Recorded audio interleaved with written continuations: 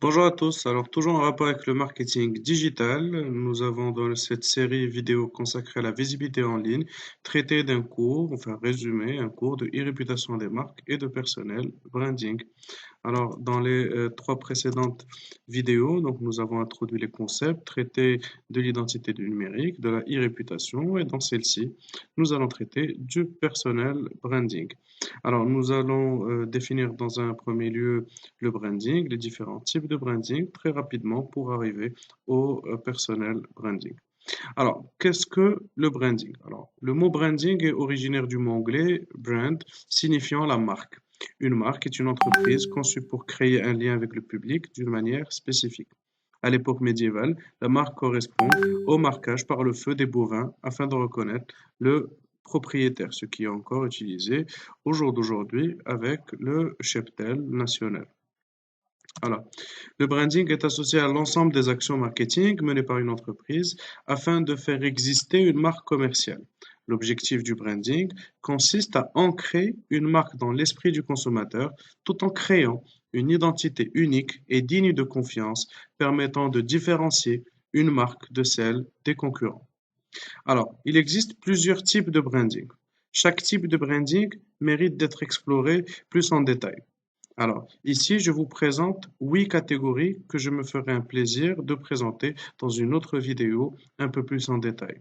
Donc, il y a un branding personnel. Donc, il est vrai que nous ne sommes pas des produits qui allons être vendus sur un marché, mais nous pouvons avoir des éléments pouvant nous identifier et pouvant nous permettre de nous différencier par rapport aux autres. Notre marque peut être tout simplement notre nom. Ahmed Benjeloun peut être ma marque et cette marque peut me permettre de me différencier ou d'être tout simplement reconnu par une quelconque expertise dans un marché particulier.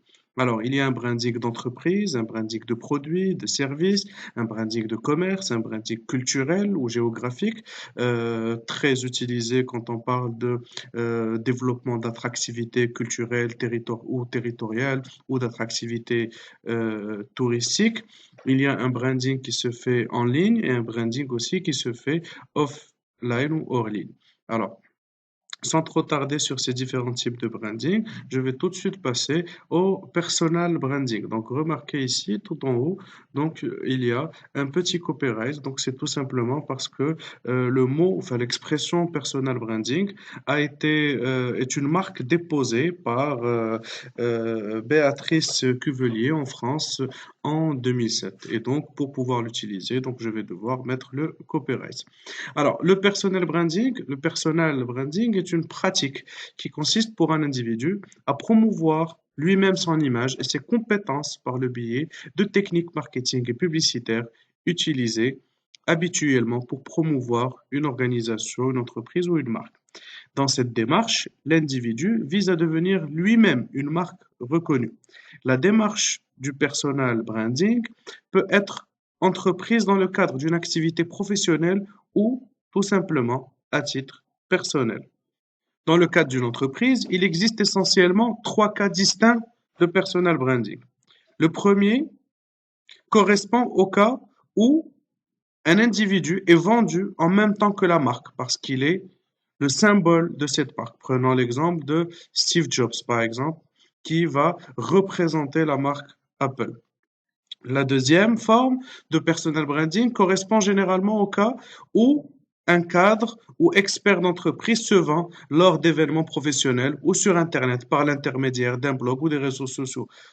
C'est le cas de toute personne représentant une entreprise dans un salon, dans un congrès international ou tout simplement via les réseaux type LinkedIn et autres. Donc une personne, à travers ses activités, à travers le positionnement qu'il cherche à obtenir auprès d'une cible particulière, il permettra de positionner aussi l'organisation à laquelle il appartient.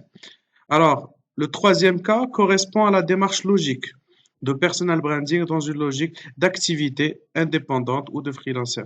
Ici, c'est des personnes qui vont chercher à se frayer un chemin dans le marché finalement des entreprises en tant que freelancer ou qu'indépendant. C'est très en vogue aujourd'hui, surtout pour des freelancers dans les métiers du digital, de la conception vidéo, de la photo, du design, etc. Alors, lorsqu'elles s'exercent à des fins professionnelles, l'activité du personnel branding peut être indissociable des pratiques de professional branding et de social selling. Alors, quels sont les outils classiques du personnel branding ou professionnel? Ou le professionnel branding. La participation à des événements professionnels en tant qu'intervenant conférencier. La publication de livres, le statut d'auteur est souvent un outil de positionnement même si les ventes sont faibles. Il permet de se positionner sur un marché. L'optimisation des titres, fonctions et contenus de profil sur LinkedIn. L'activité et la visibilité sur les médias sociaux. La prise de parole dans la presse, les tribunes d'experts, interviews, etc. Donc tous ces éléments peuvent être réalisés, toutes ces actions pardon, peuvent être réalisées par une université, un établissement qui souhaite, par exemple, accroître son positionnement ou son image de marque. Et donc, à travers les différents collaborateurs, à travers les différents enseignants, membres de l'équipe, leur participation, leur publication scientifique, leur publication de livres, etc., permettra de développer l'image de marque de l'établissement.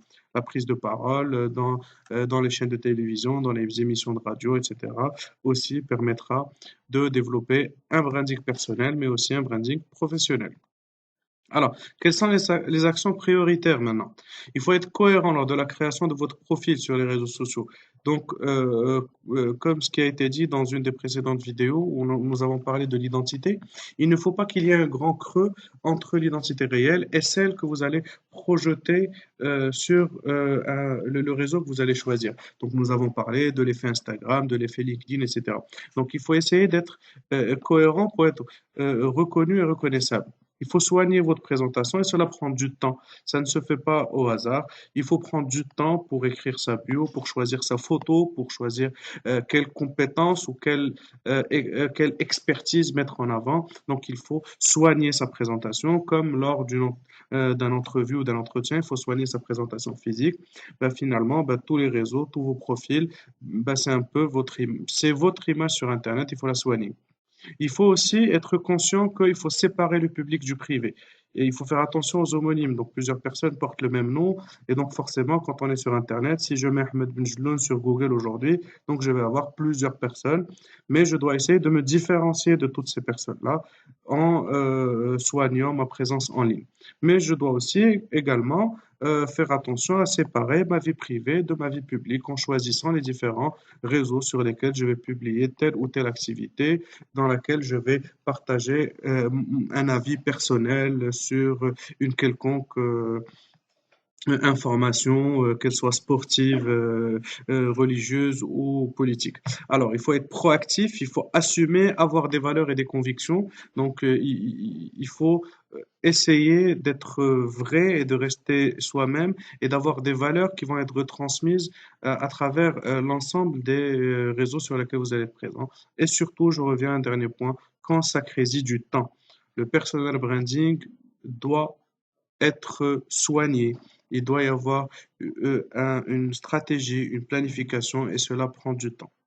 Alors, Internet va très vite, ne confondez pas vitesse et précipitation, prenez le temps de vous préparer avant de vous mettre sur Internet. Alors, plusieurs entreprises ou boîtes de communication aujourd'hui proposent des packs présence, mais je pense avoir beaucoup insisté sur le fait que la présence aujourd'hui n'est plus suffisante, il faut être visible, et pour être visible, il faut qu'il y ait de l'activité, pour qu'il y ait de l'activité, il faudrait qu'il y ait de la publication, de l'intérêt, du contenu, et pour qu'il y ait tout ça, ben, il faut qu'il y ait de la préparation. Et donc, prenez le temps nécessaire de vous préparer avant de vous mettre sur Internet pour soigner votre image. Si vous avez l'idée d'être présent sur plusieurs réseaux, ben, il faut aussi prendre conscience que sur l'ensemble de ces réseaux, ben, il faudrait partager du contenu, éviter d'être sur des réseaux dans lesquels vous êtes inactif. Cela va donner un effet inverse et nuire à votre image de marque.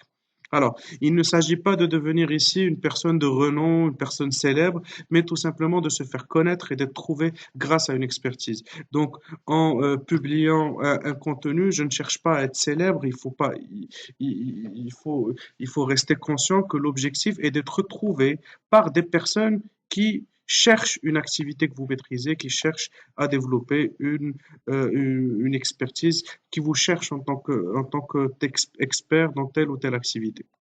Alors, est-ce qu'on peut ne pas laisser de traces sur Internet? Non, on ne peut pas laisser de traces sur Internet. Alors, dans plusieurs des ateliers ou des formations que j'ai animées, plusieurs étudiants, plusieurs professionnels aussi m'ont dit que oui, c'était possible de ne pas laisser de traces sur Internet, tout simplement parce qu'ils pensaient en ayant un surnom sur Internet ou en ayant un avatar, les informations n'étaient pas stockées et il n'y avait pas de traces. Or, non, ce n'est pas que ça. Les traces numériques sont finalement des informations, des données qui vont être recueillies de plusieurs manières. C'est des données qui vont être recueillies de façon induite à notre activité via notre utilisation de téléphone, de cartes de transport public, la carte Navigo dans les transports en France, par exemple, des cartes de métro, etc. Mais les cartes de crédit. Et c'est aussi des données que nous allons produire délibérément à travers des achats en ligne, des chats, des réseaux sociaux, des partages, des commentaires, etc. Une géolocalisation qui va être partagée ou autre. Alors, ici, j'ai mis cette image parce qu'elle reprend finalement une journée de traces numériques dans la vie d'un citoyen ordinaire et elle vous démontre que finalement on ne peut pas ne pas laisser de traces de notre passage sur Internet. Regardez une personne donc dans les transports, elle va passer par un péage, donc en passant par le péage, l'immatriculation de la voiture va être scannée à l'entrée par la caméra. En payant, donc on a des horaires de passage, d'entrée, de sortie d'un territoire ou un autre. Arrivé à l'entreprise, de plus en plus d'entreprises aujourd'hui ont des systèmes de pointage. Donc on va par carte, par empreinte ou par je ne sais quel système d'identification. Donc vous allez être vous allez être géolocalisé à un moment T dans un espace particulier à l'entrée ou à la sortie, dans les transports, vos téléphones portables avec la géolocalisation, en payant par carte au supermarché, en utilisant une carte comme Amarjan par exemple, une carte de fidélité. Donc on sait qu'à un instant T, vous avez eu un comportement particulier, que vous avez acheté telle ou telle chose, que vous soyez dans un restaurant ou ailleurs, chez le médecin. De plus en plus aujourd'hui, les médecins utilisent des systèmes d'information. L'idée, c'est que dans quelques années, ce système d'information puisse être partagé entre l'ensemble des médecins. Vous allez chez votre médecin généraliste qui vous envoie vers un spécialiste, un deuxième, un troisième, et qui ont tous accès à vos données, comme la banque, par exemple, avec une banque commerciale, mais qui finalement a des informations qui proviennent d'une banque nationale qui a des informations sur l'ensemble des utilisateurs. Et voilà. Bon, bref, il y a énormément de choses, donc je vous invite à aller à revoir, vous avez la référence en bas, je vous la laisserai en commentaire aussi. Alors, le net n'oublie jamais. Il faut faire connaissance avec son identité numérique pour supprimer un contenu gênant quand c'est possible. Et donc, là, c'est un conseil que je vous donne. Googleisez-vous.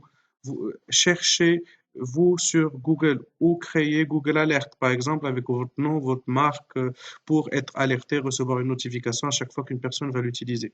Donc, le meilleur moyen de pouvoir maîtriser finalement son branding personnel, c'est d'essayer de prendre connaissance de son identité numérique et d'essayer de la soigner. Donc, il faut la chercher et soigner sa présence. Vérifiez que vos paramètres de confidentialité sur les réseaux sont bien configurés.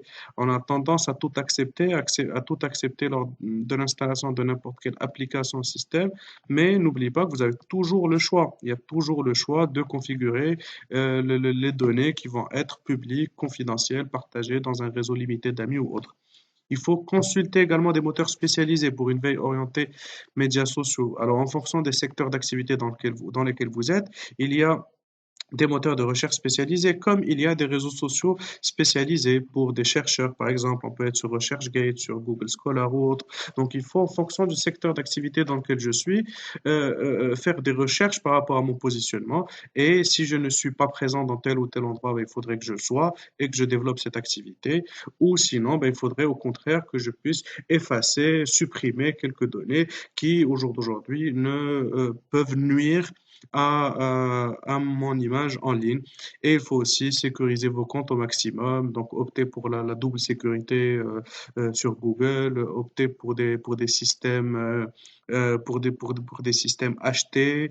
N'utilisez pas de systèmes piratés ou de sites à chaque fois complètement gratuits parce qu'il ne faut pas oublier que quand c'est gratuit, le produit c'est vous. Et donc, il y a forcément quelque chose derrière, un petit robot derrière qui va récupérer telle ou telle donnée. Donc, sécurisez vos comptes au maximum pour pouvoir prétendre maîtriser votre identité numérique. Alors, je finirai sur deux choses très simples. Pensez public et soyez professionnel. C'est ce qui vous permettra de développer votre branding tant bien personnel que professionnel.